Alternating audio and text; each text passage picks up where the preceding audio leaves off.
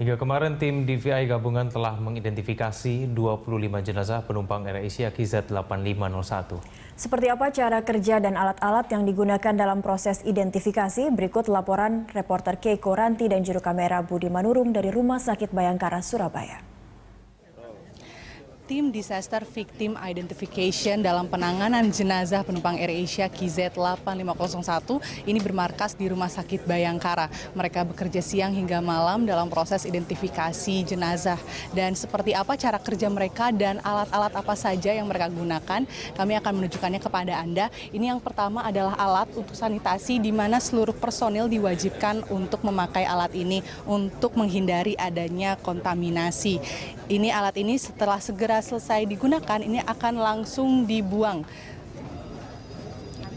Dan selanjutnya, salah satu proses metode dari identifikasi jenazah ini adalah patologi forensik. Dan salah satu cara juga yang mampu dan ampuh untuk mengidentifikasi jenazah adalah melalui struktur gigi. Benar ya Dr. Fauzi ya, dengan struktur gigi ini sangat mudah untuk mengidentifikasi jenazah tersebut. Seperti apa Prof? Karena gigi itu kan tiap orang, tiap individu itu sangat berbeda, sangat bervariasi ya. Bahkan ada penelitian menyatakan bahwa antara orang satu dengan yang lainnya itu kalau dinyatakan sama adalah 1 banding 2 miliar. Jadi ketika korbannya di bawah 2 miliar bisa dikatakan bahwa tidak ada yang sama gitu. Dan dalam proses identifikasi melalui odontogram ini seperti apa dan alat-alat apa saja yang jadi alat-alat kita gunakan di kamar jenazah ini adalah portable X-ray ya, di mana alat ronsen ini kita bisa bawa kemana-mana karena mudah kita dan ringan. Ini kita gunakan untuk mengambil ronsen gigi jenazah yang kita temukan, kemudian connect dengan sensor film. Jadi ini yang biasa kalau kita gunakan, ini pengganti film yang dicuci, ya, film ronsen yang dicuci. Jadi kita tidak perlu mencuci lagi, karena setelah kita menggunakan alat ini langsung connect ke software, di mana nanti muncul gambar ronsen di komputer. Dan ini sangat membantu karena lebih besar. Dengan sebesar layar komputer ini kita lebih jelas melihat detail apa yang ada dalam gigi itu, misalnya bentuk kamar pulpanya, terus apakah ada perawatan saluran akar, apakah ada tambalan dan lain sebagainya. Sejauh ini proses identifikasi ini bisa dilakukan semua dengan proses odontogram ini ya, semua jenazah bisa dikenali ya Pak? Identifikasi itu sangat tergantung kelengkapan atau banyaknya data antemortem maupun postmortem. Ketika data postmortem itu dan antemortem itu ada, itu sangat mudah. Namun ketika minimnya data antemortem atau data postmortem atau bolak-balik itu sangat sulit. Pak bisa jelasin ini alat-alat apa saja yang digunakan oleh tim? Sebenarnya alat pemeriksaan itu standar, alat pemeriksaan untuk periksa pasien hidup juga seperti ini. Cuma ini kan disposable, bisa kita buang setelah kita gunakan. Kemudian alat yang lainnya misalnya ini sikat gigi ya, kita gunakan karena kita harus membersihkan gigi jenazah. Karena kerap kali kondisinya sudah kotor, jadi supaya kita lebih jelas melihat giginya, mencatat dengan benar, maka kita harus bersihkan. Kemudian ini sama bagian dari personal protective equipment, kita harus melindungi jangan sampai nanti kita terkontaminasi. Kemudian ini alat gunakan, ini sebenarnya tang untuk cabut gigi biasa ya, apabila mungkin tim DNA membutuhkan sampel gigi sebagai sampel DNA, kita gunakan ini. Kemudian ini alat untuk membuka rahang, sehingga kita mudah untuk memeriksanya. Kemudian ini sama juga Google, ini center untuk melihat lebih jelas tambelan atau karies gigi. Oke, terima kasih atas informasinya Dok.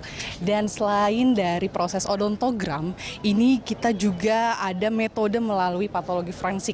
Di sini ada alat-alat standar seperti alat pengiris dan juga pinset dan gunting. Ini dibutuhkan untuk mengeksamin secara langsung kondisi jenazah dan apa saja materi-materi yang bisa kita lihat dari jenazah yang sudah ada.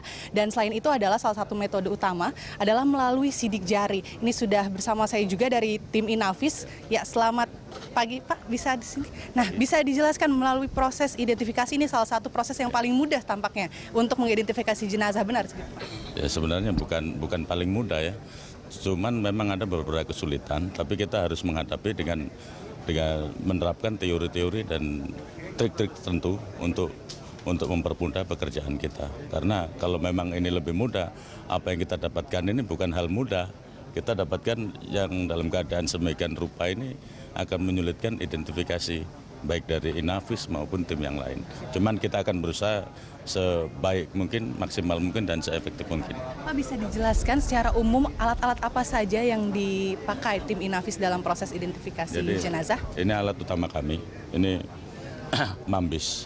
Jadi alat ini bukan hanya untuk mengenali sidik jari yang kita dapatkan dari korban, ini juga bisa menggunakan iris mata maupun dari foto sidik jari yang ada. Nah, jadi ini ada lensa kameranya, dan alat ini juga kita sudah di samping di sini kita sudah gunakan di tragedi waktu kecelakaan kapal di Korea. Dengan alat ini kita bisa mendeteksi bahwa ada ABK dari warga negara Republik Indonesia yang menjadi korban di sana, karena kebetulan ABK ini sudah terdaftar di iktp. Jadi apakah bisa dibilang bahwa tingkat akurasi alat tersebut bisa mencapai 100%, Pak? 100%.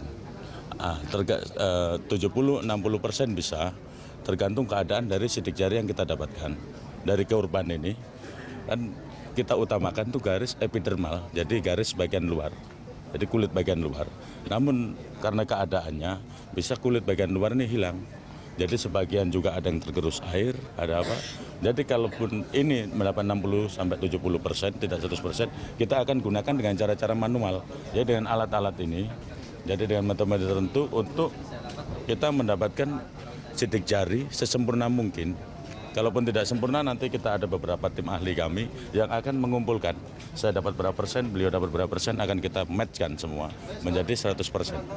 Dengan kondisi jenazah yang saat ini diterima oleh tim DVI dan juga tim Inavis, apa saja sih kesulitannya? Apalagi jenazah ini sudah lama di air dan istilahnya sudah mulai sangat membusuk gitu. Ya, kesulitan kami jelas juga dirasakan oleh beliau-beliau juga, tim-tim ahli yang lain, bahwa kesulitan kami adalah keadaan jenazah ini semakin lama, semakin pembusukan semakin total dan akan menyulitkan kami.